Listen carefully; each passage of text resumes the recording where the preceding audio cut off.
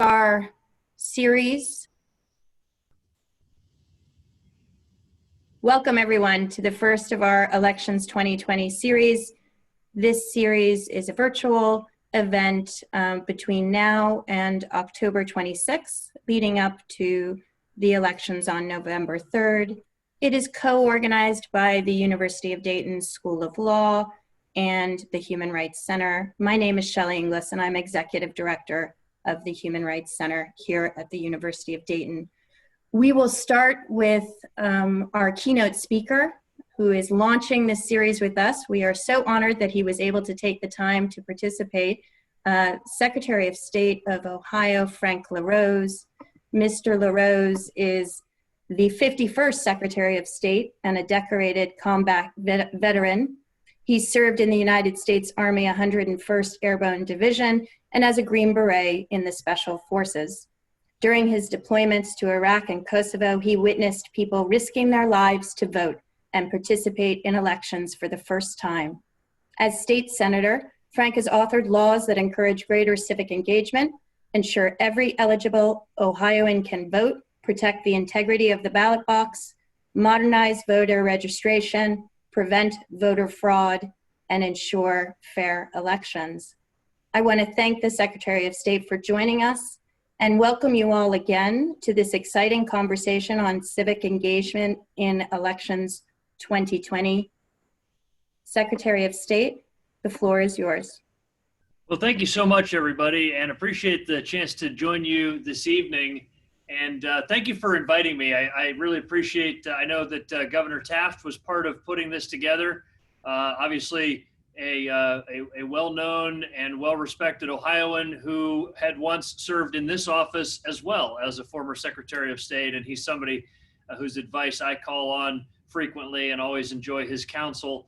Happy to say that I have a UD graduate as part of my team. My press secretary, Maggie Sheehan, is a flyer and reminds us constantly about that. And so she's very proud of her alma mater, as I know all of you are as well. And so really appreciate the opportunity. And obviously today we're having the chance to speak as we are into the busy season for elections. You may not be able to see it, but the countdown clock behind me says that there are 21 days, 14 hours, 56 minutes, and 5 seconds until early voting begins.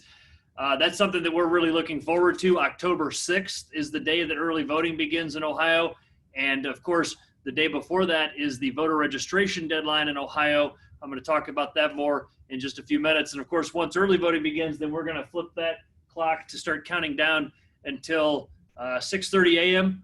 on November 3rd, which is of course when the polls open for Election Day. So just to start, my role as Secretary of State, I have two main responsibilities. I always joke that the average Ohioan doesn't even know that we have a Secretary of State, although maybe more do now as we've been doing a lot of public communication about the efforts surrounding the election. But many Ohioans don't really know what the role of Secretary of State is. And if you were to ask the average man or woman on the street, I think people may tell you that the Ohio Secretary of State is responsible for negotiating peace with Michigan. Of course, that's not one of the powers that the Ohio Constitution grants this office.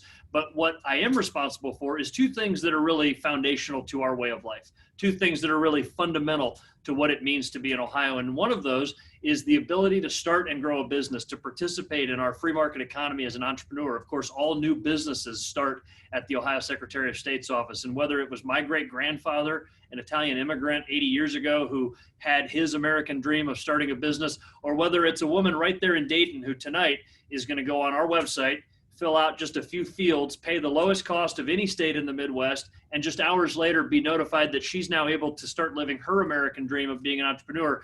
That role of being the front door for all new businesses is something that we take very seriously and we embrace, and we love that component of this office.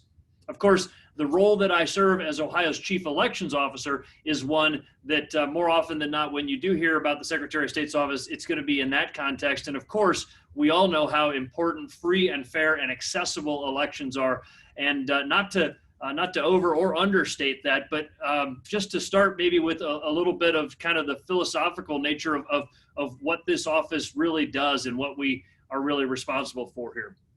Of course, we know that the only power that any elected official has comes from the consent of the governed, right? I mean, in a democracy, in our representative republic form of government, the only power that any elected official has, whether it's at the local level or the state level or at the federal level, the only power that you have comes from the consent of the governed. Without that, you're just a person in an office with a seal on the wall and some flags, right? But the only way that we establish that consent of the governed, the only way that we do that is through a free and a fair election that everybody can trust and believe in, and know that even if your favorite candidate didn't win, you can trust that it was a fair result, and we respect that it was a fair result, and then we move forward to maybe compete another day and try to win an election. But either way, we respect that it was the voice of the people of Ohio that was heard through that fair election process. Now, my passion for this work didn't start when I served in the state Senate, although in the Senate, I had the opportunity to work on elections issues and things as diverse as, for example, the bill that created online voter registration. I was proud to author that legislation, or the budget amendment that provided funding for the electronic poll books that our boards of elections use, or the legislation that created funding for close to $115 million worth of new voting equipment so that the state of Ohio could invest in the newest, most secure, and most state-of-the-art equipment. I enjoyed working on that and many other things in the legislature, but my interest in elections didn't start on the Senate floor. My interest in elections really started as a child, but then was rekindled when I had the chance to serve in the armed forces and on a battlefield where I got to see people risk their lives to cast a ballot. Where I served in both Kosovo and Iraq, I had the opportunity to witness firsthand the passion and the enthusiasm on the faces of people in those countries that were getting to vote for the first time in a fair election. Where I was in southern Iraq, the Iraqi men and women would dip their fingers in purple ink when they voted. It was a simple technique to keep people from voting twice. They didn't have ID cards or voter rolls or voter registration. They simply dipped their finger in ink, and that was a way of noting that, okay, if you got a purple finger, that means you've already voted.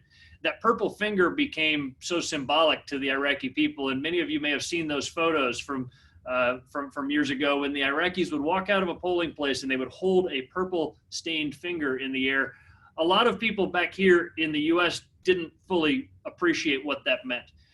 They were so proud to be a voter. It was almost like their I voted sticker when they held their finger in the air like that, but it meant so much more. It was actually a badge of courage. You see, these Iraqi men and women had overcome the threats of terrorists. They were told by the same Iranian-backed terrorist organizations that I was fighting on the streets of southern Iraq, told these people that it was un-Islamic to vote. Now, that's not true, nothing true about that, but they were told that if they saw purple ink on their fingers, they would cut their fingers off.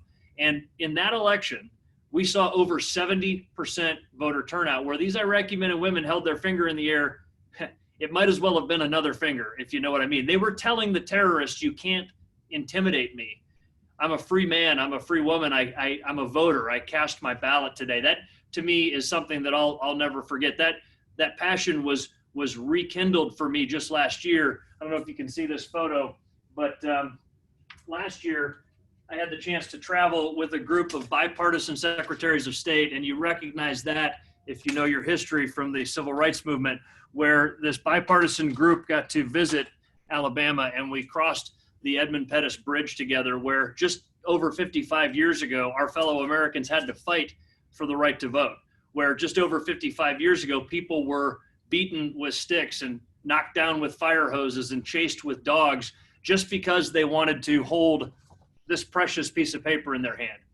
You see, what happened on Bloody Sunday in Selma, Alabama started as a voter registration drive at the Dallas County Courthouse in Selma, Alabama. I had the chance to meet and have lunch with a man named Bernard Lafayette, who was the organizer from the Student Nonviolent Coordinating Committee, college students like many of you who were so instrumental in making that happen. And as a young college student himself, he went down to Selma, Alabama, because they told him that was the place where it was impossible to help people of color get registered to vote. And he said, send me to where it's hardest. And he went to Selma, Alabama. They organized a voter registration drive. They organized the march that turned into Bloody Sunday, that turned into Turnaround Tuesday, that finally resulted in the march to Montgomery, that finally resulted in the Voting Rights Act. These are things that happened just just over 55 years ago, right here in the United States of America. We live in a time today where legitimately every man and woman has the opportunity to be a voter. We just need to make sure that we don't go backward. We need to make sure that we continue to go forward as it relates to voting rights. And think about this too. Just 100 years ago, the 19th Amendment was ratified, finally giving women the right to vote. Now, we honored a Cincinnati area poll worker just a few months ago before the pandemic. This woman has been a poll worker for 55 years, never missed one, and we honored her for her service. She has been a poll worker for more than half the time that women have even had the opportunity to vote. And thank God those suffragists brought that fight to bear so that this nation could finally begin to realize those founding commitments that we have of equality. We know that this nation has never been perfect and likely will never be perfect, but it's a great nation worth fighting for. Right there in our founding documents, it talks about creating a more perfect union. I would argue that each generation has the responsibility to make it a little bit more perfect. And now we have the responsibility as we conduct an election in the midst of a pandemic. Obviously, these are challenging times for all Americans, for all Ohioans, and it's a challenging time to run an election. But here's the good news. Ohioans have three really good choices. And this is nothing new, by the way. This has been in place for close to 20 years. And so even as we were grappling with how we're going to respond to this pandemic in early March and figuring out what we were going to do to make sure that we could continue to run fair elections in this scenario, it's good news that Ohio has already had these three choices in place for a long time. Contrast that with some of our neighboring states that are trying to figure out right now on the fly, how do they have no-fault absentee voting for the first time in their state's history. We've been doing it for close to 20 years. Neighboring states are trying to figure out how that they can have early voting for the first time, when in Ohio we've done it for a long time. And so in that sense, we were already well positioned, and with a few minor changes, we are going to be able to run that fair and free and accessible election despite a pandemic. And by the way, it's going to look a lot like what Ohioans have seen in years past. I get the question a lot, what's going to happen with the election this November? And the honest answer is the election this November is going to be a lot like every other election you've seen. Some things are going to be different. There are going to be health protocols in place, social distancing at the polling locations. We're going to encourage people to take advantage of those early voting and absentee voting opportunities. When you show up at your polling location, the poll workers will be wearing masks. And of course, the voters are expected to do that as well because we're under a statewide mask mandate. But in many ways, the election is going to look like you've come to expect elections to look like for many years in Ohio. Now, just to go back on those three good choices that we have, and there's not a bad option among them. If you like in-person voting, you've got 4 weeks of early voting, over 200 hours available. In fact, that makes Ohio clearly one of the top in the nation. We have evening and weekend hours of early voting. We have Sunday afternoon hours. We have Saturday hours. We're one of only 6 states in the nation that allows Sunday early voting, one of only 20 states in the nation that allows weekend early voting at all. And so I had somebody several weeks ago say, why don't we make election day 2 days? I said, we can do better than that. In Ohio, we make election day effectively 28 days, where you can go in person and vote early. And so we encourage Ohioans to take advantage of that. If you don't want to do that, you also have 4 weeks of absentee voting. Again, nothing new in Ohio. Ohioans on both sides of the political divide have trusted absentee voting for a long time. It's easy to do, to vote from the comfort of home. In fact, we believe that we're going to see the highest percentage of absentee voting that we've ever seen in Ohio's history, and that's good news. We want Ohioans to take advantage of that and vote from the comfort of home, and we're working to encourage that by sending out these. We sent this form in an envelope out to every registered voter in the state. Hopefully you received yours already. 7.8 million of them. It amounts to 17 tractor trailer loads full of mail. And we're asking Ohioans to consider voting absentee. What's included in this envelope is the form that you need to fill out in order to request your ballot, as well as a self-addressed envelope to return that form to your county board of elections. And the good news is over 1 million Ohioans, as of last week, and I'm sure the number is much higher now, have already requested their absentee ballot. That tells us that we're going to see a very high participation rate, and that's a great thing. Of course, if you wait until Election Day, we're still going to have the polls open from 6:30 a.m. until 7:30 p.m. you'll have the opportunity to come in and vote at your convenient neighborhood polling location. And if that's the option you choose, then that's a good one as well. So whichever one of those options you choose, Ohioans have a lot of good choices, and we encourage you to take advantage of that. Now, a couple things specific to the pandemic situation that we're working through. One of the top priorities right now is poll worker recruitment.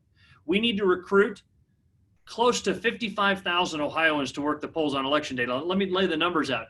The bare minimum, it takes about 35,000 just to open the polls. And that's Republicans and Democrats working at each polling location as those election day poll workers to open the polls and run fair elections for their neighbors. I said the bare minimum is 35,000. Of course, we don't want to do anything at the bare minimum. We want to recruit 55,000 so that we have that reserve force ready to go in case there is a disruption or some problem on election day. We need to bring in extra people. And so this is the first call to duty that I have for all of you to consider. Please consider signing up to be a poll worker. We're encouraging Ohioans of all ages to do it, but particularly the call to duty is going out to young Ohioans to take on this important responsibility. Of course, you'll be paid for your work, but more importantly, you'll be doing a great service and a great patriotic duty for the state of Ohio and for your community. And so please consider signing up at voteohio.gov/defenddemocracy. In fact, I'm going to put that down here in the chat.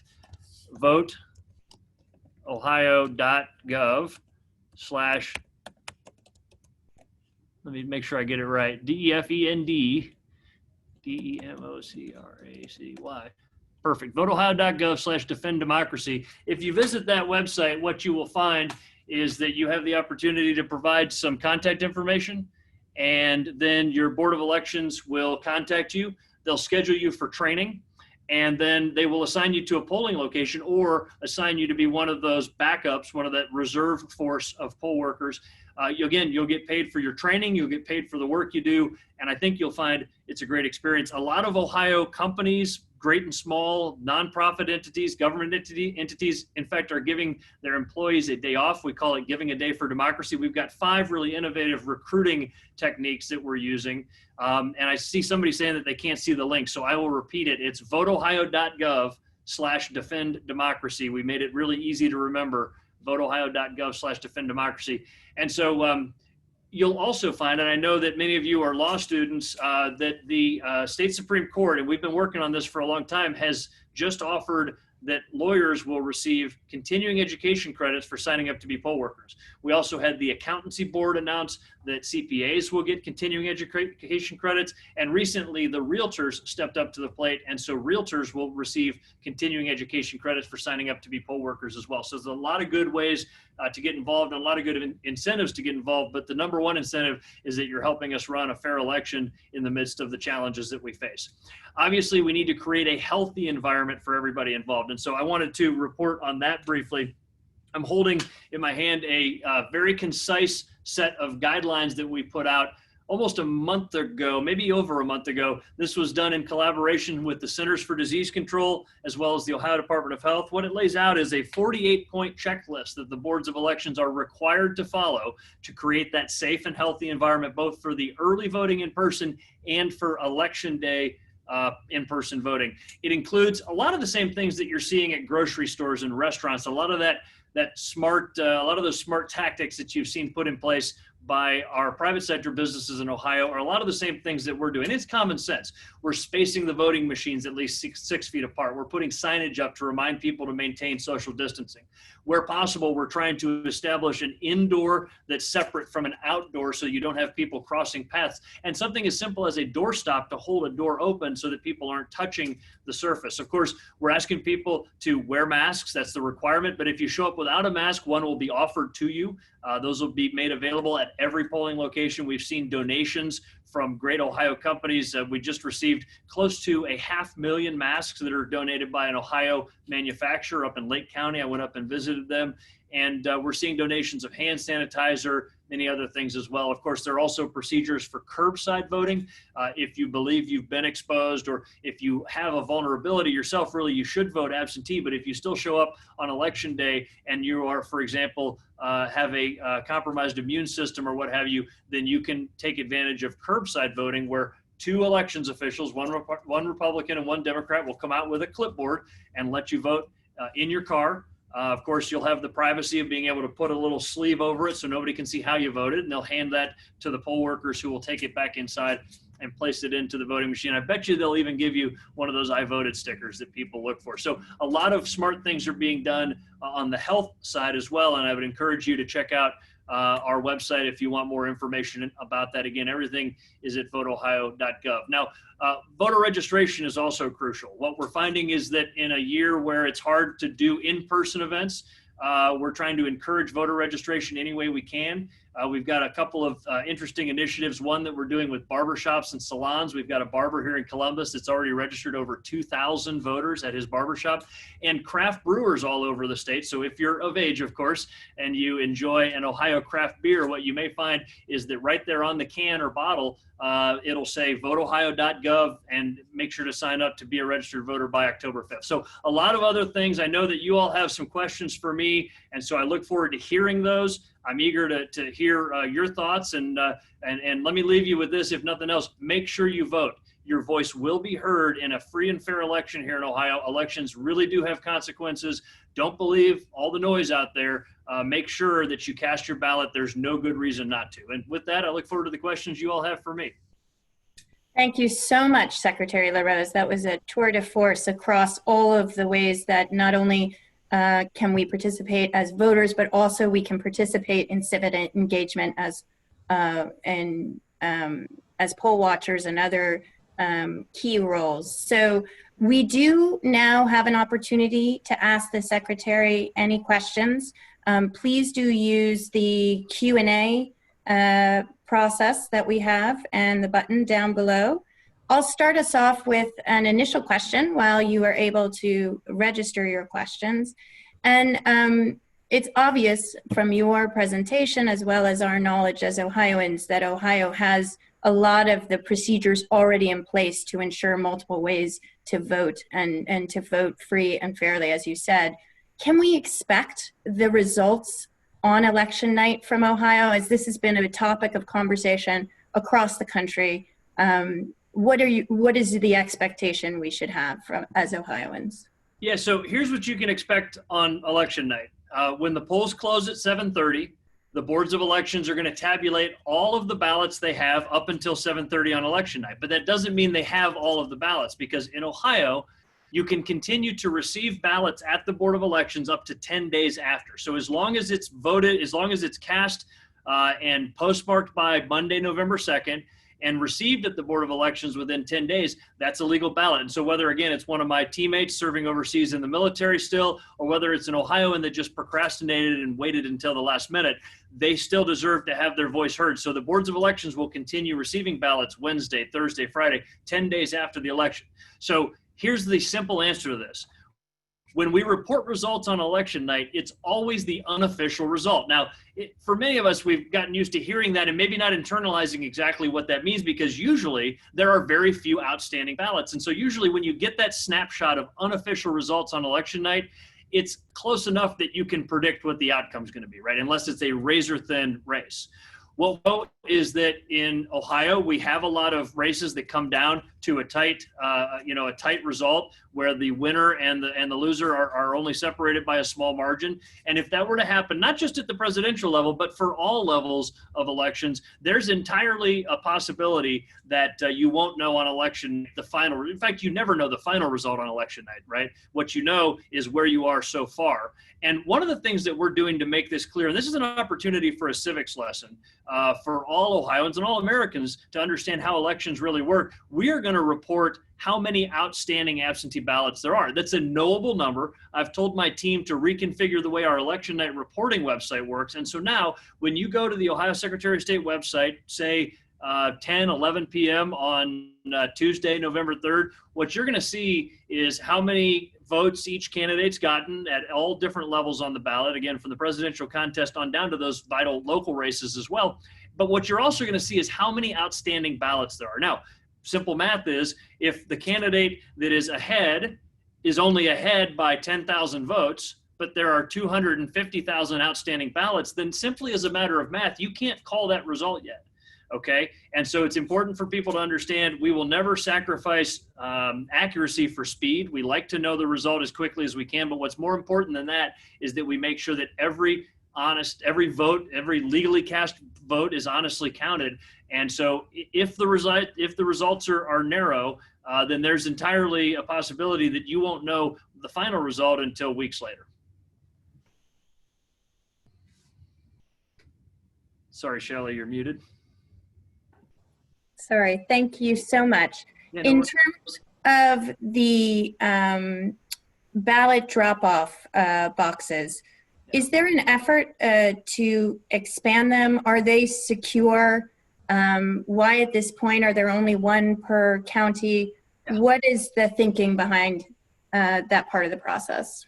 Sure. So here's the good news is that we have now one at every county board of elections. This is the first time in our state's history that that's been the case, by the way. And in a general election, we've never had one at every county. We do have one at every county board of elections. They are secure. It's another way to return your ballot. Honestly, the best way to return your ballot is to put a stamp on it and mail it in. That's the way that for close to 20 years, Ohioans have returned their absentee ballots. But if for whatever reason, and by the way, once you do mail your ballot back, you can track it. Remember, your Board of Elections can receive it up to 10 days after the elections. You should mail it as early as you can so that it's there before Election Day so that it can be part of that tally that happens on Election night. But again, even if it arrives after Election Day, as long as it's postmarked by November 2nd, it is good to go. You will be able to go to voteohio.gov and track your ballot so that you know that it's been received by your Board of Elections and you know that your vote will be counted. The idea of expanding drop boxes is a perfectly valid one, but that really needs to be done by the General Assembly. You see, in Ohio's law, it very clearly lays out how you return absentee ballots. And what the legislature did when they created that statute long ago is they said how you can return absentee ballots. It says that you can mail them back or you can return them to the director. And it says, and they took the pains to actually, and you all as legal scholars understand this, when the legislature puts words like this in there, this has consequences. It also says at the end of that section, ballots may be returned through no other means, right? That was intentionally put in there to sort of put a fine point at the end of that statement. And so as much as I think it's a worthwhile idea, and I've said this on the record many times, you don't want a Secretary of State that just makes up what he thinks the law says. You want a Secretary of State that carries out the law as it's written. And so for it to expand beyond the one at every county board of elections would require an act of the legislature. I'd be certainly welcome to that. But at this late hour, again, with 21 days until early voting begins, it's not a good idea to change dramatically the way that elections run in Ohio. To be clear, Plan A, if you're voting absentee, should be to mail your ballot back. If you don't want to mail it back, then you should bring it to the County Board of Elections. Thanks so much for that. There are some questions that are around voter intimidation. Sure. Are you expecting any problems with intimidation this year? What should we do if we see types of voter intimidation? What's your guidance on that? Yeah, so that kind of thing is never acceptable. And so am I expecting it? No, because I'm an optimist and we expect to have a smooth election. But I'll tell you what, if that ugly type of scenario raises its head, we are going to act aggressively to stamp it out. That kind of thing, again, just can't be tolerated ever in our elections. And by the way, that doesn't only manifest itself in a physical manifestation where, for example, somebody would stand outside of a polling location and then try to prevent voters from showing up. It can happen digitally. It can happen over the phone. There are a whole number of ways that this kind of thing can happen. Again, thankfully it's rare, but it's always serious when it happens and we call it out. I'll tell you that we actually had an example. Thankfully, it turned out to be isolated where there was an auto dial or so-called robocall that was targeting minority community leaders or members rather. It was very racist and ugly. It was reported to us. We reported it to federal and state law enforcement because that's the kind of thing that we take very seriously. Thankfully, we have found that it was very isolated. We only have reports of it hitting 2 or 3 households that we know of so far. But again, if something like that became more widespread, then obviously we would continue taking action to prevent it. Voter intimidation in any form is unacceptable, period, full stop.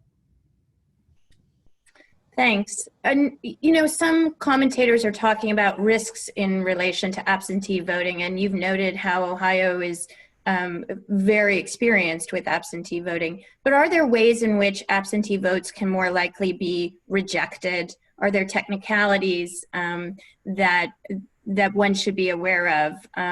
For example, the postmark, when not all mail is postmarked, what can cause some absentee or mail-in ballots not to be counted through no fault of the voter? Yeah, absolutely. Thanks for mentioning that. And so, yeah, there are a few steps when you vote absentee that people need to be aware of. One of the things that we did is we redesigned the form, not only for, and I'm going to hold it up, I don't know if anybody can see it, but that's the absentee ballot application that comes in the mail. There's instructions on this side. Of course, you can also print one of those off at voteohio.gov. If you don't have a printer, we actually give instructions for how to just take a plain piece of notebook paper and make your own, which you can do. You can just take a plain piece of notebook paper as long as you write all the different items on there. So if you don't have a printer, then that's an option for you as well. And of course, you can have your Board of Elections mail you one if, again, you didn't receive the one that we sent you. But we updated the instructions. We worked with a group called the Center for Civic Design to try to make that form more intuitive. I'll give you an example. It requires some form of identification. So the options are the last four of your social security number, your state driver's license, or an alternative form of ID, and it lists what those might be.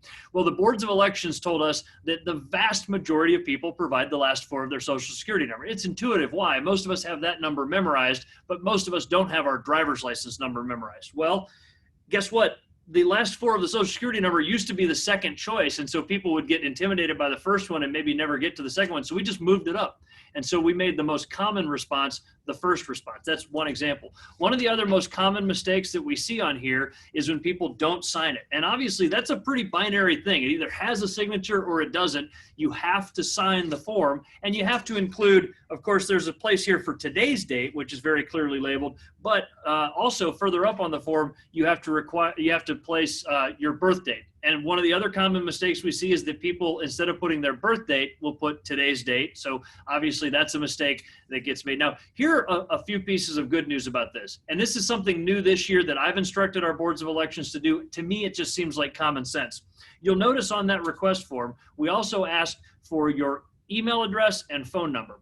Why do we do that? The reason why we ask for, and it's optional, the reason why we ask for your email address and phone number is so that the Board of Elections can call you if you made a mistake. Now, it used to be that if you made a mistake, they would mail you something and it was snail mail and it may never get to you on time or whatever else. But now, my instructions to the boards are pick up the phone, call the voter, rectify the situation. In fact, they can take it over the phone and immediately process, and then of course give time for you to mail something in, but we don't want that to hold up the process. So we can actually remedy most of those concerns right there over the phone as long as you put your phone number and the Board of Elections can call you. Now, one of the other things that you mentioned is the postmark.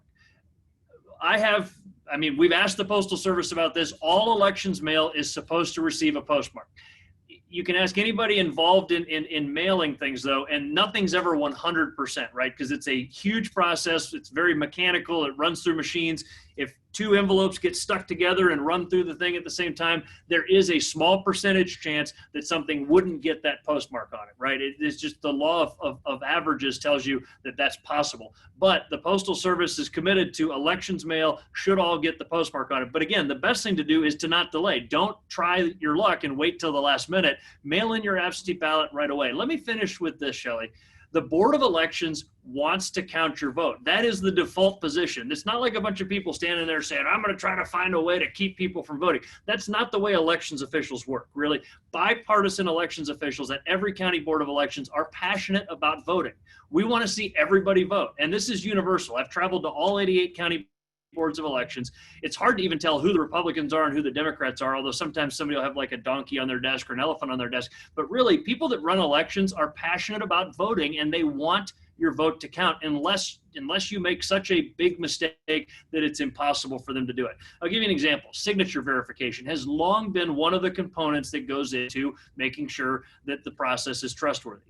It's very rare to reject a ballot for a mismatched signature. In fact, in 2016, it was something like 700 signature rejections for millions of votes. It's a fraction of a percent. It's a very small number. And again, so as long as you follow the instructions, as long as you fill the things out correctly, you shouldn't have a problem. If you do make a mistake, your county board of elections will call you and talk you through it. If you have any questions, you can call our hotline at the Secretary of State's office, which is 877-SOS-OHIO, 877-SOS-OHIO. We've got a multilingual team there that'll help people with any question they have. And so we're really trying to make it as easy as we can. Obviously, voting is both a right and a responsibility. If you completely botch the form, there's only so much we can do. But really, in most circumstances, we can work through it with you. Secretary LaRose, thank you so much for your presentation. The aim of this series is to get people involved, get them voting and also participating as poll workers and otherwise, and you've done a fantastic job at letting us know and reassuring us as Ohioans that our votes will be counted and that there are ways that we can participate. So I want to thank you again for everybody. We have over 100 people listening to you tonight, and thank you so much for taking your time, and we say goodbye and good luck to you. You must be working very hard at this time. We are, but it's a passion. It's a labor of love, especially as law students, by the way. Most folks don't get to spend much time dealing with Title 35, Ohio's elections law. Signing up to be a poll worker is great experience. It'll make you a more well-rounded lawyer, so please consider doing it. We need 35,000 Ohioans minimum, really 55,000 Ohioans to sign up to be poll workers. Please do that and make sure you vote. Thanks, everybody. Thank you. So we are now going to get a presentation from Associate Professor of Political Science here at the University of Dayton, Christopher Devine.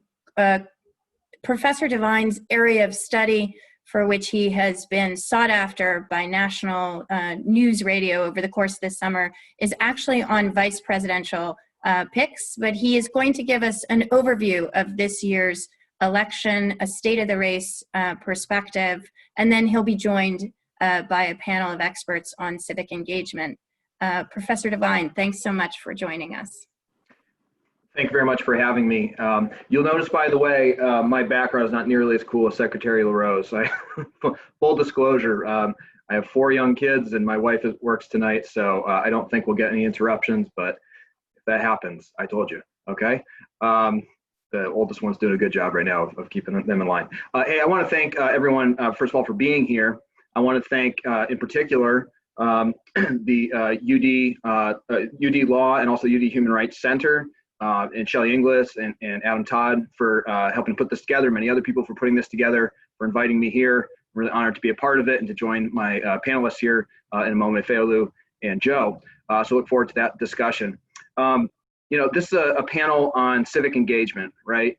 And frankly, between Secretary LaRose and my co-panelists here in a moment, they can tell you a lot more about that than I can. My role, as I see it, is, and I've been asked to provide kind of an overview of the presidential election, not just in Ohio, nationwide. We can get into Ohio. We can talk about more specific things, VPs, minor parties, all kinds of things. I'd love to talk about that. In giving a preview, as I'll describe it here today, my goal is to kind of open a door for engagement, okay? It's funny, I was actually talking to a student today, and she told me, you know, my dad and I kind of disagree on some things with politics, but I try not to get into it too much because I feel like he knows more than I do, and, you know, I can't engage.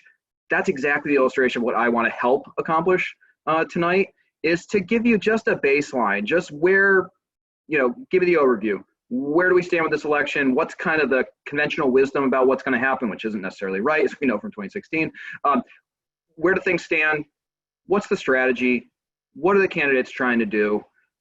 Just to give you a kind of entry-level idea of what's going on. And some of you are there. Maybe I can throw in some things you haven't seen yet. We'll see. So I'm going to share with you, if I can get my technology right. I think I got enough practice from Zoom classes these days. I know we all love Zoom, don't we? Okay, so I'm going to share my screen, hopefully successfully. I trust someone will shout at me if if I'm not doing this correctly. There we go. So yeah, speaking of the Secretary of State, we got my favorite sticker there. I hope they keep giving these out. Let me just get things in order. Here I am. Okay, so I've described this as a preview, and I have a question mark though, okay? So I told you a little what I'm trying to do today, but I have to put in that question mark. Am I really previewing what's going to happen? I was humbled by the results of 2016. Just based on, past as prologue, what the history can tell us about the future, someone who didn't have political experience winning a nomination, let alone the presidency, unprecedented. Someone coming from behind, apparently, as it seemed in the polls, and winning the election as Donald Trump did, that's very rare. So in giving you a preview, I want to just acknowledge that I do not know what's going to happen, and I don't pretend to know what's going to happen. And I was wrong in 2016. So I'll do my best, including in describing polling. As we think of 2016, that's one of the issues too. Can we rely on what the polls are telling us? We'll get into that a little. I want to also bring in some political science perspective that goes beyond just polling to talk about other ways that we can, meaningfully, with some reasonable level of confidence, but not certainty, project what might happen in a given presidential election. Okay, so that's the outline of where we're going. Now, to understand 2020, we really need to step back and look at 2016. That's where I want to go first, because that helps to set, so much of the context for what it is that we're going to be looking at in 2020. I have some graphics that I have here. Don't worry, it's not going to be a lot of text, but I want to show you some things that illustrate what I'm talking about. Also want to point you towards some resources. If anybody out there likes this PowerPoint and wants access to it, of course, recording will be out there. If you want to see what the websites are, feel free to email me and I can share this with you. So let's look back at 2016 first to a map of that. And there are a couple things that I want to point out here. The first one is that it was, by electoral votes, not a close election. Hold on, I know, there's a caveat. When we look at this count up top, it's not nearly what we saw, say, in 2000 between George W. Bush and Al Gore. Donald Trump didn't just win by a state. He needed 270 in order to win. He went well over that. And in fact, if we were to look at some of the states he won, he got the big ones, the ones that we're always talking about, Ohio, of course. And again, we could talk more about Ohio's role as a swing state going forward. But Florida, he wins there. He wins in Ohio. He wins a marginal state like North Carolina. And he also brings in, and this is the key, he brings in 3 states that Republicans had talked about winning for literally decades and hadn't done it. Not since 84 or 88, depending on the state, had Republicans won Wisconsin, Michigan, and Ohio. It was an impressive victory by then candidate, now President Trump in that regard.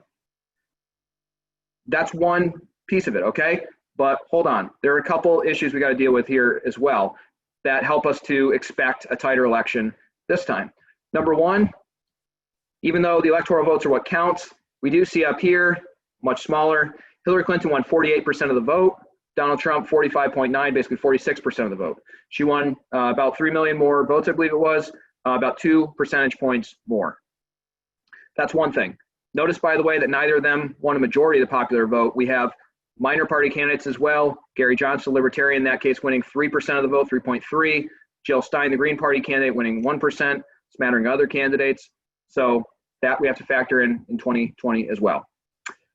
The other thing to point out about this is that President Trump's victory hinged on 3 states, Pennsylvania, Michigan, Wisconsin. Now, if you look at those states, he really just kind of got everything to go the right way here. He wins Pennsylvania and Wisconsin by 0.7% of the vote, 0.7.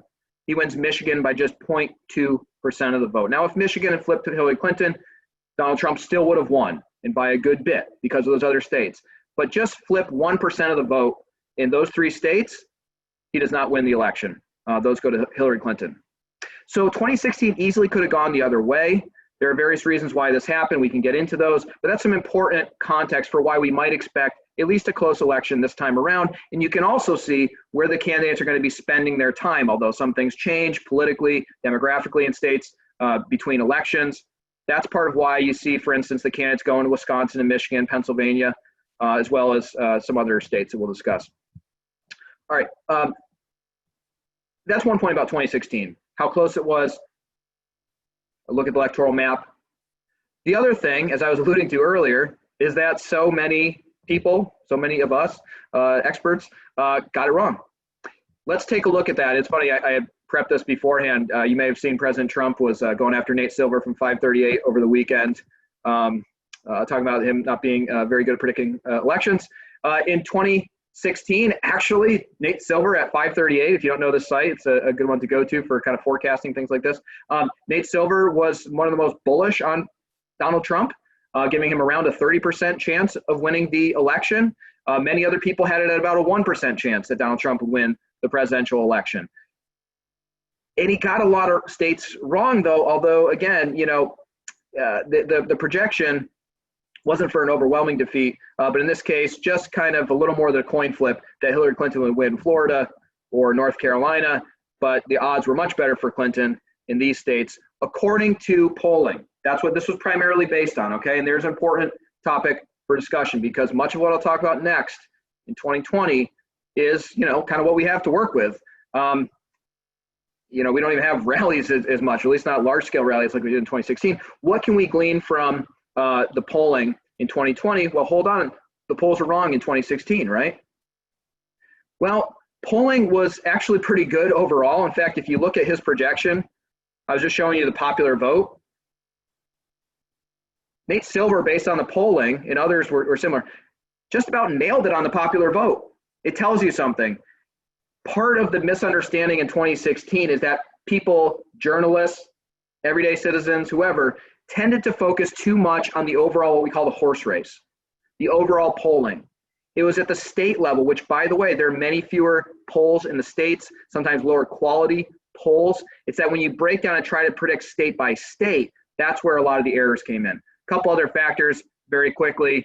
I could go on and on about this, but I'll try to keep it brief. Why were the polls wrong in 2016? Again, they weren't as wrong as people think. A couple factors. One of them was that, you know, polls try to project who the people who show up on election day are. How do we estimate, you know, kind of what that population is going to look like of election day voters, or really any voters, early voters too. The composite of the electorate, it was based on other factors that had been predictive of different voting patterns in past elections. One thing that had never really differentiated Democratic and Republican voters was education. Barack Obama, Mitt Romney in 2012 were about neck and neck with college-educated voters. So pollsters said, why should we, you know, in our predictive model of who's going to show up on election day, why should we, if we go to sample respondents for these polls, why should we build in education in predicting who these people are? That doesn't predict, you know, kind of how people vote. Well, it sure did in 2016. Donald Trump did much better with people who did not have a college education. You know, Hillary Clinton won by a wide margin among people who do have a college education. That's going to be accounted for in 2020. The polls you're seeing today account for those differences in education, so they should be more predictive in 2020, I think. We'll see. The other factor is that of the people who decided late in the race, about the last weekend, they went strongly for Donald Trump. There were some late events, including, if you remember, Jim Comey, the FBI director, announcing that the investigation of Hillary Clinton's emails actually was not closed. That happened very late. It's hard to say whether that was the factor or something else. Sometimes people break against an incumbent, or at least if they've been in office a couple terms at that point. Anyway, some of the polling that was done to make these projections happened, you know, a week or so, or a couple weeks before the election. Something was changing on how people were making their decision very late in the race. That's some context on why the polls might have been wrong, so to speak, in 2016. I should point out, by the way, one other thing about this, Nate Silver, to use an example, you could say this about some other pollsters, right? People will tell you the polls are always wrong. Actually, the polls have a really good track record. Go back to 2012. Silver, in his case, predicted every single state, not just the overall result, every single state correctly. I think he only missed like one in 2008. So to categorically say, well, you can't trust the polls, they're always wrong. It's easy to say, it's just not true. There was a high profile error in 2020, and we're seeing how that's reflected, or excuse me, 2016. We're seeing how that's reflected in 2020 and how experts are approaching the race, now people are talking about it. One thing, if you were to look at 538, I don't mean to make it all about 538. There are many others who are doing projections. This, I think, is a good one. You're seeing much more in this approach now to talk less of what's going to happen and much more in terms of probabilities. So for instance, if you read the fine print here, 538 is telling you that they did a bunch of simulations based on where the polling stands now and some other predictive factors that have been predictive in past elections. They can run statistically simulations 40,000 times in this case and say, how many times working with the information we have and what's been predictive in the past would we see a Biden victory, a Trump victory? Clearly it's favoring Joe Biden, but there's a lot of uncertainty here. And there are many possibilities where Donald Trump not only wins, but wins by quite a bit. There are many more possibilities where Joe Biden wins and could win by even more. That's where we stand. It's a matter of probability. I'm not telling you, many people out there who are staking their reputation on these predictions are not telling you how it's going to turn out, giving their best guess, their best projection based on the information we know. And who knows, maybe there's some things we don't understand as much. We will see. So as I mentioned, there are others who are making projections. Here's one from Sabato's Crystal Ball out of the University of Virginia, Larry Sabato, political scientist, and some others there. They take a different approach. Yes, it's based on polling still, but it is more so a matter of kind of like their gut, really. It's like a less scientific, if you will, approach to this. This is how they have the current electoral map. You can look for yourselves. By the way, those yellow states just happen to be the ones the candidates are going to a lot. No surprises there. Let me just point out, among many things I could say here, one interesting implication. They're giving, based on current polling, Joe Biden 269 electoral votes at this point. If you total up any, the safe Democratic states, the leaning Democratic states, all of them. That right there, if you know, by the way, where the term 538 comes from, that's the number of electoral votes in total, that is exactly half. So what would it take based on this map for Joe Biden to win the presidency? If he can just add to this than any of these states, or for that matter, if we think of what Hillary Clinton won in 2016, if you just take the Clinton states and add, watch this, add to the Clinton states Pennsylvania for Biden, everything else stays the same. Clinton states plus Pennsylvania, Michigan. Okay, I'm going to give Donald Trump Wisconsin. All we add is one little vote here in Nebraska, one vote. Why? If you know how the Electoral College works, states are allowed to decide how they allocate their votes. Nebraska and Maine are the only states where they say we'll award 2 electoral votes to whoever wins the overall state vote. But then in both cases, they have 2 congressional districts, House districts. They say whoever wins each House district gets that House district's vote. There's a House district in the Omaha, Nebraska area. It seems to be favoring Joe Biden right now. It could, under this scenario, if all Biden does is pick up Pennsylvania, Michigan, and just adds basically Omaha, Nebraska, 270, he wins. There are many other scenarios, of course, and for that matter, Donald Trump may win Pennsylvania and or Michigan. We shall see. Now, all this is based on polling, right? So we've seen the problems in the past. I think we have reason to think it'll be better in 2020, but we'll see. Why should we trust the polling or at least trust the projection that Biden would win? And I'm not advocating for that necessarily. I'm just looking at the state of what we have, right? Couple factors. First of all, Biden's polling lead is exceptionally high compared to past elections. You can see that illustrated here. Another thing, what if this is the New York Times projection here? You can see where the source where it comes from. What if the polls were as off? I should say these polls were from, I think, June and July. So I don't know where they stand exactly now. It's mostly been stable.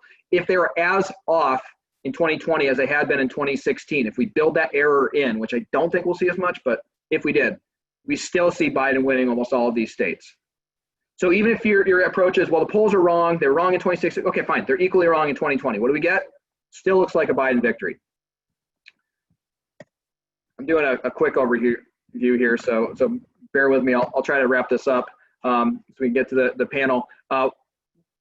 One last approach here. So if we don't want to be too reliant on polling, what if, as a political science perspective, okay, pollsters aren't necessarily political scientists, But political scientists provide other ways of understanding the outcomes of elections. For instance, we can take historical data and figure out how did a change in this change the outcome of the election, at least in terms of popular vote is how this is usually done.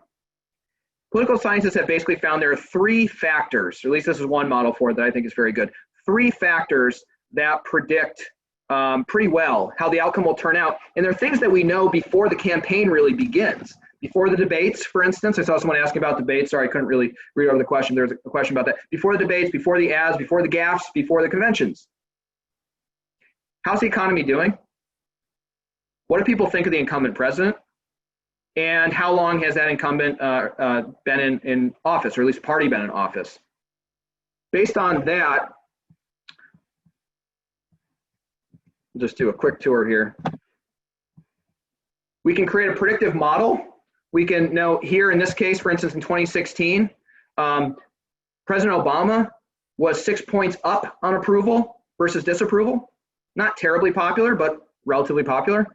The economy was growing, not by a lot, but it was growing at that point. Okay, what if we plug in the numbers for 2020? Okay, we have an incumbent in office. That actually helps, believe it or not. Being an incumbent usually adds about 4.3% of the vote. What about net approval? At the end of June is how it's measured in this model, okay? This is actually one of President Trump's worst polls. He was at negative 19, I think. Is that right? Negative 19. He's actually still winning, at least the popular vote. The problem is when you add in the economy, GDP growth. This is unprecedented for reasons that we can all understand. 31.7%. That has Donald Trump winning only a third of the vote. Now this gets to a last kind of caveat here. This is just a different illustration of a similar thing. We can plot the past, the past data points in order to project the future. The thing is, we're never exactly repeating the future. Here's the standard effect that the economy has. Yeah, but there's a different context here. People know that that relates to a global pandemic. Now, probably on balance, they would still blame an incumbent president, whoever he or she may be. But to the extent that, the economy typically hurts a president, there are a lot of wild cards in this election, folks. The pandemic being one, but also as Secretary LaRose was speaking to us about the procedures for voting, things may not play out in the same kind of predictive way as they had in the past. We'll see, and that's my way out in case I just got the projection wrong. I gave you some caveats, so my job is done. Okay, let me stop there, and let's get to the panel. Thanks, Professor Devine. Before we get to the panel, we did have that question about whether the debates mean anything at all, and what your thought is around the impact the upcoming 3 debates could have on the election. Yeah, thanks for that question. Debates typically don't matter much. And it might seem really strange to get a ton of media coverage. You get to see the candidates, see what they stand for. Sometimes there's gaffes, all that. And to people who are paying attention a lot, it feels like it really matters. The reality has been, when we look at the political science research on this, or for that matter with vice presidential candidates, one of my favorite topics, or many other things that happen during a campaign, people tend to rationalize their reaction to events. So in other words, no matter how a debate may go, if you really want Joe Biden to be better and to win, you're usually going to find a way to convince yourself that Joe Biden won. There are outliers. Barack Obama's first debate in 2012, clearly even Democrats conceded he lost that debate. But there were other debates to come back with after that, and he held up reasonably well. So, even if there's a temporary bump, by the way, actually the main effect that that one had was not in persuading Obama voters to be Romney voters. It was actually those Republicans who didn't really like Mitt Romney, when they saw him perform well in the debate, that was, if you will, their excuse to say, okay, now I'm good with him. Now I see that he should be the president. We tend to operate that way. I can't speak for everyone, but by and large, electoral effects typically follow our partisanship. How we interpret events, even by the way, how we interpret the economy. How's the economy doing? Look at the conventions. Democrats were saying at their convention how bad it was, referring to the number of jobs that had been lost during the pandemic. Republicans were talking about jobs, but how many had been gained since, early points in the pandemic. So you can frame the economy, you can frame debates, you can frame so many things in a way that gives people some basis, some excuse, if you will, to end up where they started, where they already wanted to be. That's typically how it works. Great, thanks so much. So I want to bring into the conversation with you two other panelists whose job it is to get people engaged in this elections. So we have with us Ifeolu A.C. Claytor, who is campaign manager for All Voting is Local in Ohio, and Joe Lovelace Hill, who is VP for Voter Services at the Women's League of Voters. So thank you so much for joining us. And I want to open up just by giving you the opportunity to respond, maybe starting with you, Ifeolu, to what you've heard from Secretary LaRose and from Professor Devine. Absolutely. Thank you so much, Shelley. It's a pleasure to be with everyone today, this evening. Where do I start? There's been so much information given out. I do want to echo what Secretary LaRose said in the importance of poll workers. If you are healthy and able to serve as a poll worker, that is a huge benefit, because what we don't want to see is poll closures in November. It's bad enough that we're in a pandemic, and we will still be in this pandemic probably in November. But if we have poll closures, that leads to like overcrowding at polling places and a lot of confusion on election day. So if you are able to serve as a poll worker, we definitely want to have those people who are able to actually sign up and serve, and you get paid. So if you're able to do it, it's something that's really important. I think I also appreciate Professor Devine's presentation and how he highlighted a lot of 538. I actually listen to 538's Politics podcast. If you're a wonk, it's totally the space for you.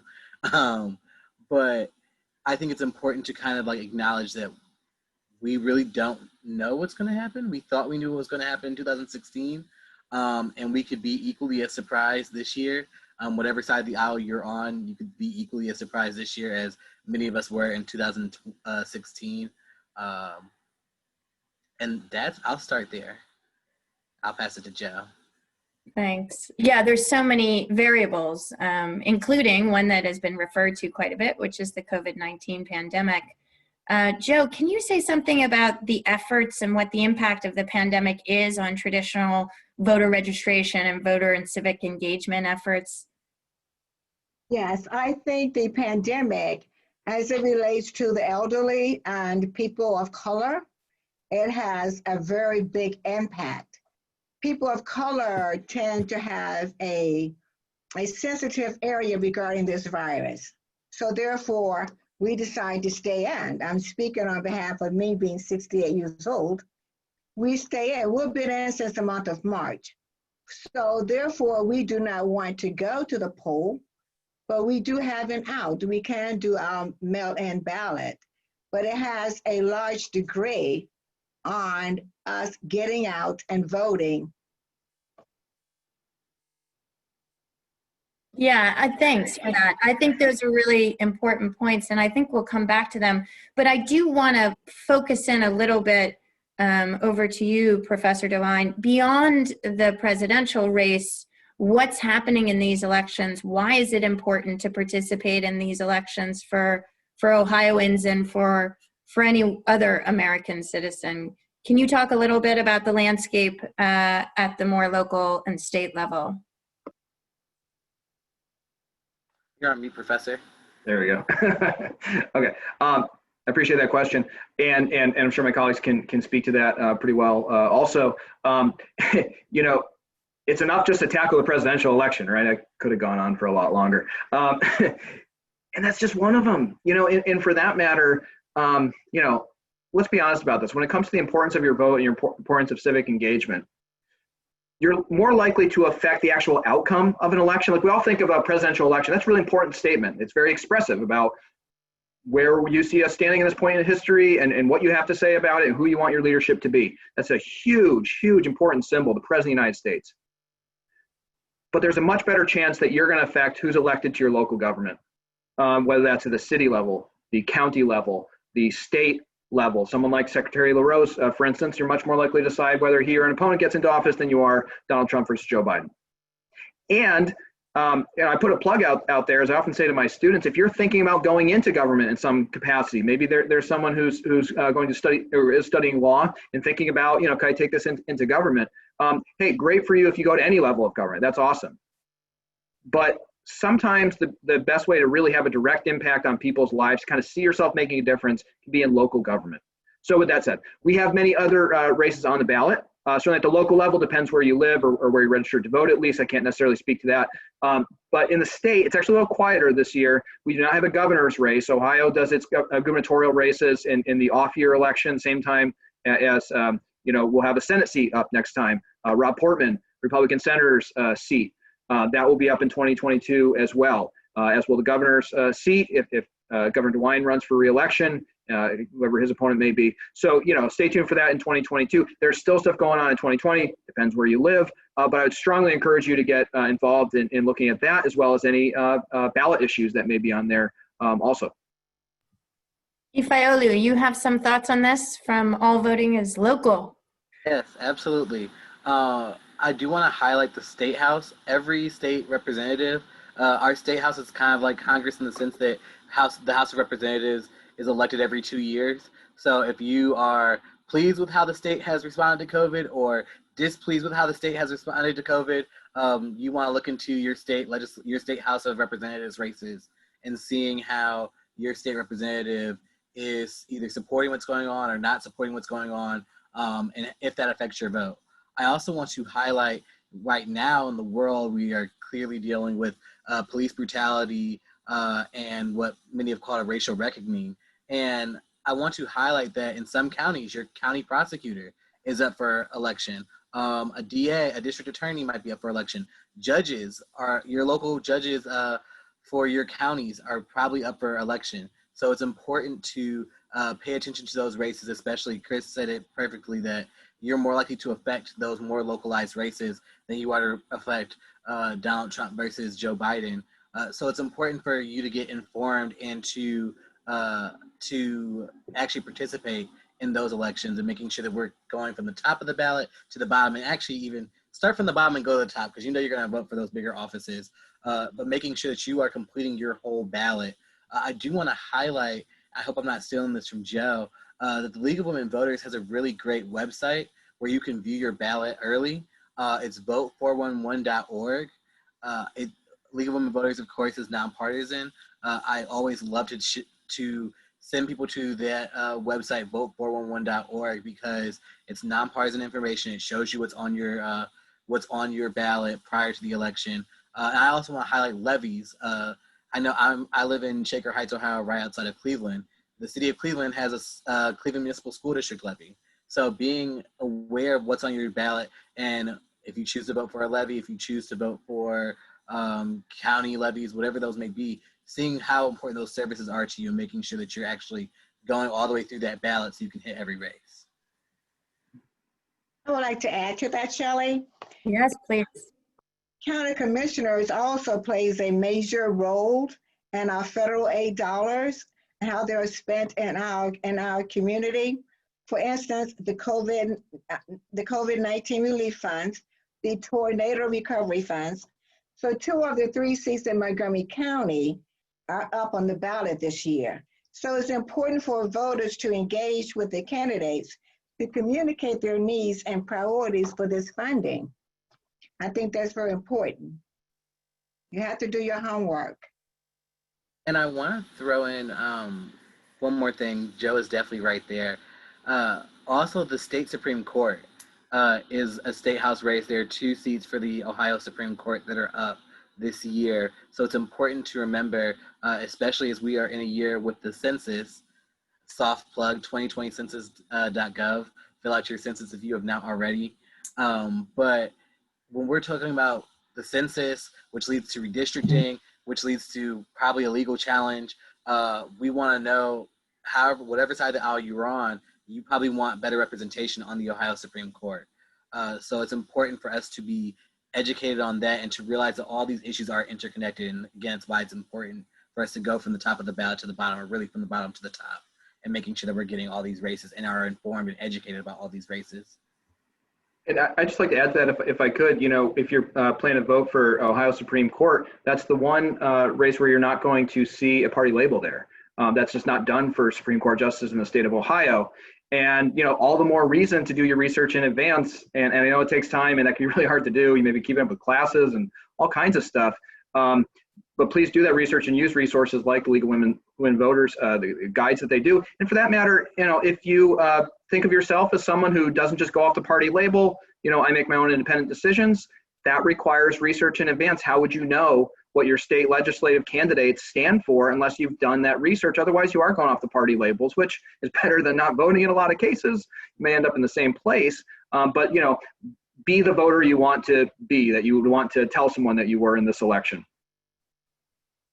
Thanks. That leads me just to a quick question, starting back with you, Professor Devine, on the role of independents. It hasn't been spoken about so much. What do you see their role being in this election, and particularly in the state of Ohio?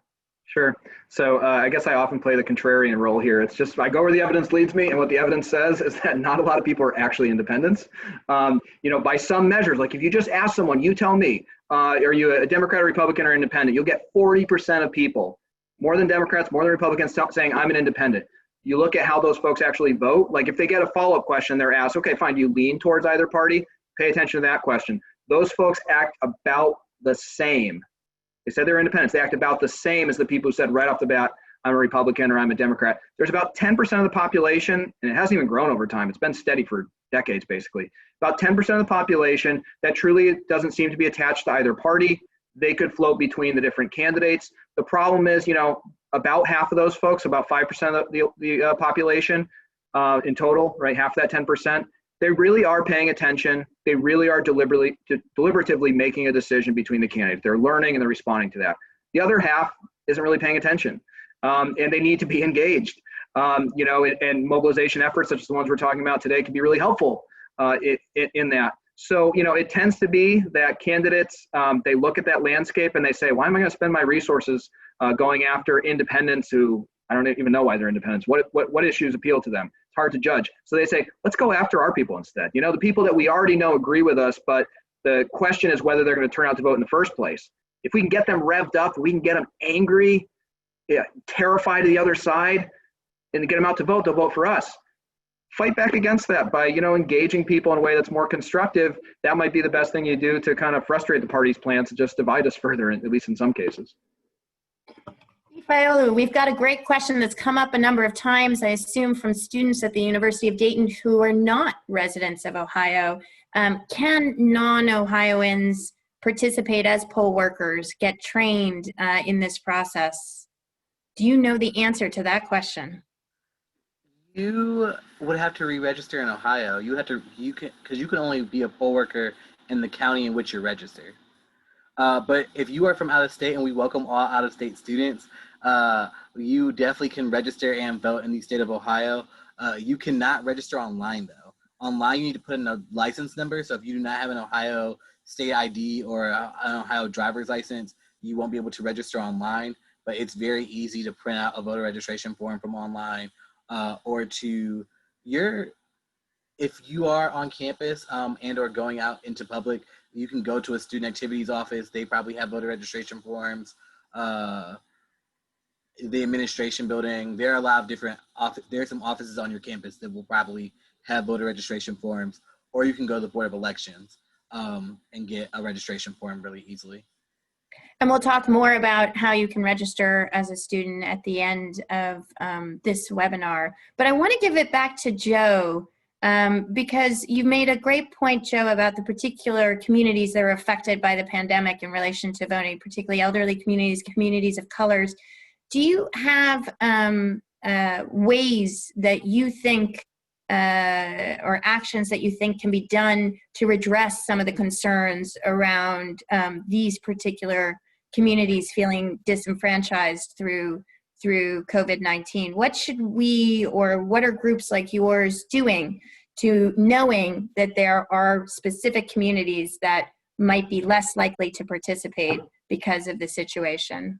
Now, that's a very good question, Shelley, because we're encouraging people who have a fear of going to the poll, who have a fear of being around people, regardless if you're wearing a mask or if you're wearing a shield.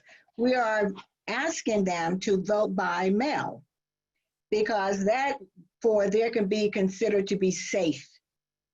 So that is what we are encouraging. Vote by mail. You don't have to go to the poll. You don't have to stand in line and ensure that a person in front of you are okay.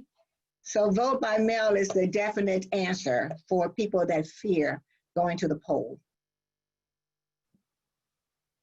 And when the pandemic is restricting your ability to get out there and to talk face to face, if you will, to voters and get them the information that they need, what are some of the techniques? What are you doing, Ifeolu, with All Voting is Local to redress that?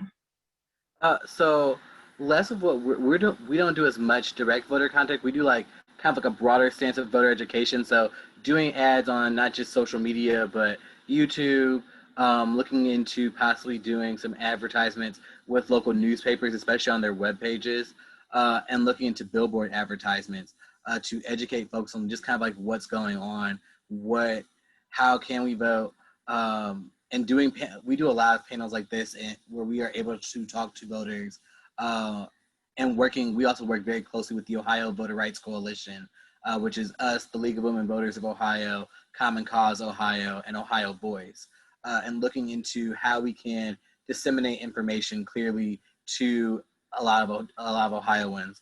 On the 22nd, which is National Voter Registration Day, we are collaborating with the ACLU of Ohio for a teletown hall where we will dial out to over 100,000 Ohio households and talk about how people are actually going to vote, why it's important to vote, how you can vote by mail, how you can still register. I will do a plug for that. The dial-in number, if you want to dial in, is 1-866-VOTER-QUEUES. And so like I said, September 22nd, which is National Voter Registration Day, it's actually a week from tomorrow, and focusing on how you can, and it's 7:00 p.m., sorry. But making sure that everyday voters are educated on what that process looks like, how we can effectively vote in November, and how we can safely vote in November. Kind of tagging on to what Joe just said also with vote by mail, if you are a little nervous about the USPS system, it is also possible if you are mobile to drop your ballot off in a secure drop box at the Board of Elections. Secretary LaRose spoke about that, and it's important to realize that that's another way to kind of make sure that your ballot gets there. You can also do that with your applications and voter registration forms. We have a number of questions, and I do encourage those on the webinar to use the question and answer function, but we do have questions asking whether any of you have concerns based on your watching, either from a political science research perspective or on the ground civic engagement, about irregularities in this particular election, and including in regards to Ohio. Do you have concerns about mail slowdowns or voter intimidation, some of the issues we raised with Secretary LaRose? Anybody want to take a shot at that? Well, I do not have any concern. I think that the Secretary of State has done a very good job as it relates to the voting. I think that Ohio is safe. Because for one thing, our machines are not funded by any other place but Ohio. So I find it to be very, very safe. Thoughts, Professor Devine? Yeah, it's a tough one because we know the kind of partisan tone about this. President Trump, of course, has expressed a lot of skepticism about mail-in voting in particular and voter fraud, and said, I believe, that he would have won the popular vote in 2016 if it hadn't been for massive voter fraud. The evidence for that, I've not seen convincing evidence of anything nearly on that scale. As it relates to mail-in voting, just to give you one example, that's new for a lot of states. I take Secretary LaRose's point that Ohio has been doing some of this type of stuff for a lot longer and probably is better equipped than a lot of other states to do it well. As an Ohio voter, if that's where you are, I think that gives some reassurance. I take that well. As it relates to mail-in voting, just in general, though, is there rampant fraud? Just to give you one example, some people don't realize this, that some states have been doing that for years. I think Oregon adopted it in 2000. Washington has an all-mail system. Right, I believe, at least with Oregon, I'm 100% sure on that. Completely, you cannot go to the polls on election day. Basically, you mail in your vote in Oregon. The rate of voter fraud in Oregon, I was just seeing this the other day, it's 0.00001% of fraudulent votes cast. It's awfully rare, and I think unlikely to decide this election. So, I hope I hope people feel secure voting by mail. Again, especially in the state of Ohio, you probably have a better shot than a lot of other places there. And, on that note, I just have to say, I hope we can all agree on who wins on it might not be election night, by the way, as Secretary LaRose is speaking too. But I frankly fear the division that would be caused by not even agreeing on what just happened, let alone coping with whether, my person lost or your person lost. So that's just that's looming over all of this for me, especially as someone who wants to be encouraging students and people in general to fight the good fight, have it out, but kind of agree to the rules and accept it when it's over. Absolutely. So we do have a number of questions around specific to students and their ability to vote and to register in Ohio, and we will turn to Erin DeCero at some point for her presentation. She's from UD Votes, and she will provide the basic information.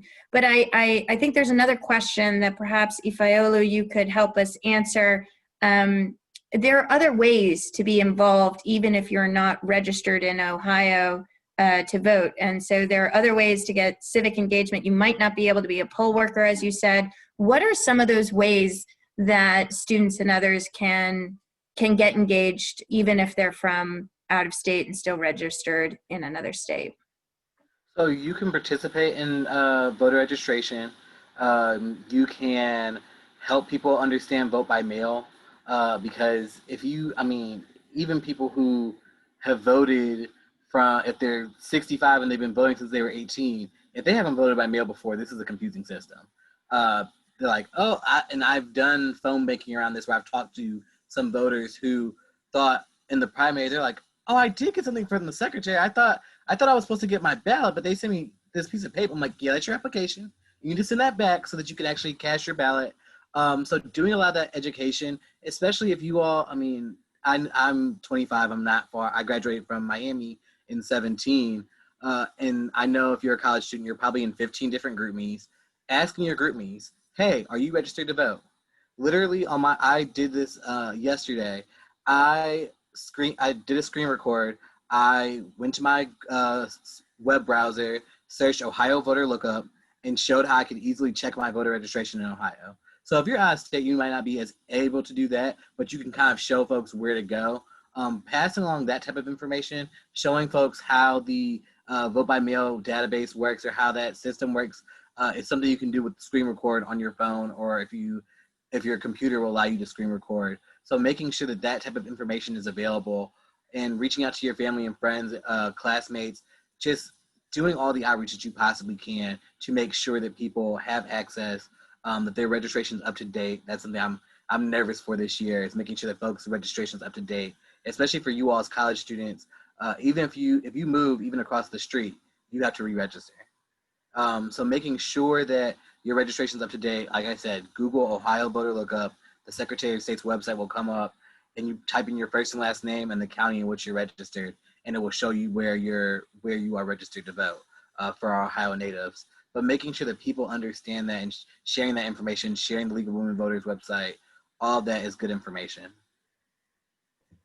Fantastic. And also you can volunteer for a campaign, obviously, and be a poll observer for a campaign and make phone calls for specific campaigns, in addition to all those nonpartisan activities that Ifeolu mentioned, and he just went like this. So I assume you Yes, have. because you said volunteer, I was like, oh my gosh. The election protection hotline, so 1-866 our vote.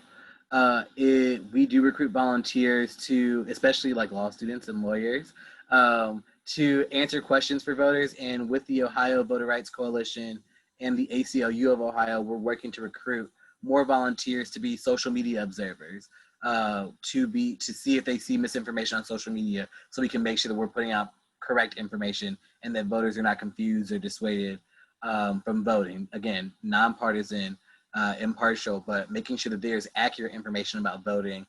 So there are poll monitors, people who go and like watch the polls in person. There are social media monitors. There's the election, like I said, the election protection hotline. And so making sure that people have access to those resources and know about those resources so they can get the help that they need if they are struggling with voting. And I will drop my email in the chat if anyone is interested in volunteering for election protection in that way. And we'll get it out to the UD community for sure. Thank you so much, Professor Devine. Ifeolu A.C. Claytor from All Voting is Local Ohio, and Joe Lovelace Hill from the League of Women Voters. It's been fantastic to have you. We really appreciate your participation in this first part of our series. We're now going to shift to UD Votes, our own University of Dayton voter registration organization, and Erin DeCicero. Over to you, Erin. Thank you. Hi, everyone. My name is Erin DeCicero, and I'm a senior here at UD. I'm an accounting major, and I'm a current team leader for Dayton Votes, which is a nonpartisan student-led initiative here on campus, helping students register to vote and get to the polls. So we focus on voter registration and civic engagement on campus, and we are housed under both the Political Science Department and the Fitz Center for Leadership and Community. And our team is made up of 5 ambassadors from 2 national foundations, the Andrew Goodman Foundation and then CEEP, which is the Campus Election Engagement Project. And essentially, like I said, we're here to help you vote. It can be complicated to vote as a college student, especially if you're attending a school out of state, but we're here to help you get through some of those barriers and make sure that your vote counts, especially in this election. So some things that we do, we meet with student organizations, teams, and other groups to help students register and get the information they need. Of course, this semester, completely virtually. We recently partnered with UD Athletics to get every student athlete registered to vote and get the information they need to vote absentee. We have a virtual pass series focused on voter education and civic engagement that's live right now. We also offer rides to the polls. And then coming up next week on National Voter Registration Day, we have our annual College Democrats versus College Republicans debate. Also virtual, but it's always a great event for students. So here it's linked to our website that's specific to the University of Dayton. It has everything you need, kind of your one-stop shop to figure out your registration status, where you're registered, how to go about registering, and what your options are, which we'll talk a little bit more about. And I'll make sure that everyone gets this at the end, but I would recommend that if you do need to register or check anything out, at this point you could go ahead and pull one of these up and follow along throughout the presentation. So as a student at UD, you do have the option to register using your campus address or your home address. If you register on campus, then you can vote in person on election day or during early voting. You just need to bring the printed proof of residency letter that HRL sends out sometime this month or the beginning of October. It doesn't need to be printed, so just keep that in mind.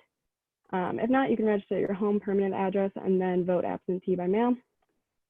You can register online in most states, and that's usually what we recommend unless your state does not allow it. And you can also check your registration status or change your registration if you're unsure if you're registered. If you do live on campus, keep in mind you'll have to change your registration status every year if you choose to register in Ohio using your campus address. If you choose to vote absentee with your home address, the first thing you need to do is confirm you're successfully registered, and then you will have to request your absentee ballot. The address you're registered at will then be your home permanent address, and you'll have your ballot sent to your school address. Most states do still require you to print and mail a form to fill out an absentee that we were talking about earlier, but some states and counties do allow you to now request your ballot online, especially this year. A lot of states and counties are changing that, so make sure you check that first. Just keep in mind your state's deadline for requesting an absentee and then returning it to your local Board of Elections. Most of them are at the end of October. And then once you receive your ballot at your campus address, you want to follow the instructions to vote and mail back with the pre-addressed and paid envelope. So this is already touched on a little bit, but the #1 website we recommend to educate yourself about your ballot is the League of Women Voters Vote 411. Obviously, no matter how you're voting, it's very important to learn about who is on the ballot and take the time to research who and what you will be voting for. Obviously, like was said earlier, not just the presidential election, but all the other things that you will be voting for on your ballot. And just to echo what has already been said, why you should vote. Casting a ballot gives you the power to make systematic change and make your opinion heard. Whether you realize it or not, local, state, and federal government affect your life every day, and young people must vote for the future they want to see. If you're like me and you're an undergrad, this might be your first time voting in a presidential election, which is obviously very exciting. There's some complications that come with it, but it's very worth it. Your vote counts, and your right to vote as an American citizen over the age of 18 is protected by the 26th Amendment. And a few other reminders, just keep in mind that every state has different rules, deadlines, and processes. So if you hear that your roommate has to get their absentee back by this date, it might not be the same for you, so just keep that in mind. Also remember that voting is managed by state and local county board of elections, so that's who you want to go to if you have any specific issues or questions. And also start the process early. There's no harm in requesting your ballot now, having a voting plan ready, so that when the time comes, you're not worried about deadlines or getting things back in time. And then finally, we recommend obviously stay engaged, explore websites for more ways to get involved with local politics. Our website does have some information on how to be a poll worker in Montgomery County as well, which we've talked about, so definitely recommend checking that out. If you have any specific questions, please feel free to email us. We'll be happy to talk you through them. You can also follow our Instagram for more up-to-date information and sign up for our texting reminders. We'll send some reminders with important dates and deadlines and other events that we have going on around campus. Thank you, Erin. So that brings us to the end of our webinar series. The first in our webinar series from Friday onwards, we will have different parts of the series each Friday from 5 to 6:30. Please do join us. The next one this coming Friday is with Charles Booker. He is a representative at the State House in Kentucky and has started his own NGO to support increased engagement across racial and socioeconomic lines to ensure everybody is able to participate. It will be an exciting conversation followed by a panel. So we thank you all for participating. Please do register and sign up as we take this journey through elections 2020 here at the University of Dayton. Good night.